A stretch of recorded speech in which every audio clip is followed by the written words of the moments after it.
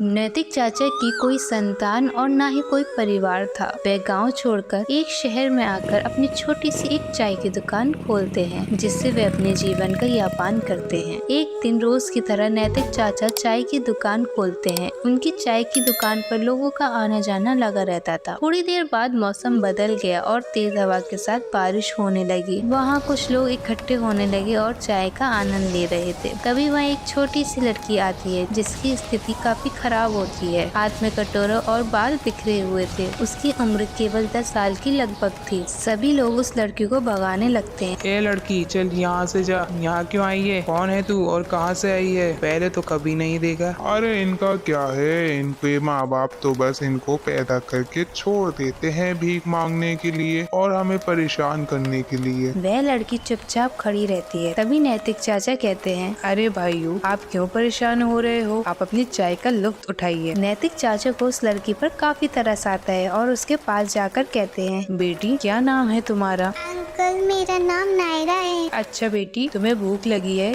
चलो ये तुम चाय पी लो। लेकिन अंकल, मेरे पास कोई पैसे नहीं है। कोई बात नहीं बेटी, तुम ये चाय ऐसे ही पी लो। नायरा वे चाय लेकर कहीं भागी चली जाती है और नैतिक चाचा उस लड़की को देखता रहता है। ऐसे ही कुछ दिन बीत जाते हैं। उसके बाद वह लड़की नैतिक को कभी दिखाई नहीं दी, लेकिन नैतिक उसके बारे में रोज सोचता था। तभी अचानक से वह लड़की नैतिक की दुकान पर आती है। अरे बेटी, इतने दिन बाद आई हो, कहाँ थी तुम? लेकिन वहाँ से भी वह नायरा भाग जाती है। अब नैतिक अपनी दुकान बंद करके नायरा के पीछे जाता है। नायरा टूटी फूटी झोपड़ी में चली जाती है और नैतिक भी नायरा की झोपड़ी के अंदर चला जाता है। वह वहाँ देखता है कि वहाँ सिर्फ एक पानी का मटका और 1-2 बर्तन रखे हुए थे और चारपाई पे बीमार पिता थे।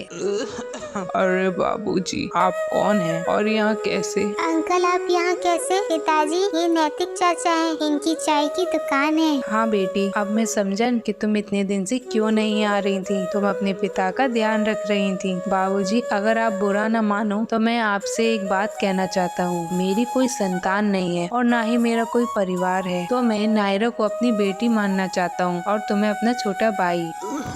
लेकिन बाबूजी, मैं बहुत गरीब इंसान हूँ। मेरे पास कुछ खाने को भी नहीं है। बिटिया जो कहीं से कुछ लाती है उसका खाने पीने का हो जाता है और आसपास के पड़ोसी मेरी दवा दारू का इलाज करा देते हैं। आप फिक्र मत करिए, मैं आपका इलाज करवाऊंगा। अब डॉक्टर से नायरा के पिता का इलाज चलता है और वह धीरे धीरे ठीक होने लगता है। नायरा के पिता नैतिक चाचा के साथ वह हाथ बटाने लगता है और वह सब लोग बहुत खुशी खुशी रहने लगते हैं।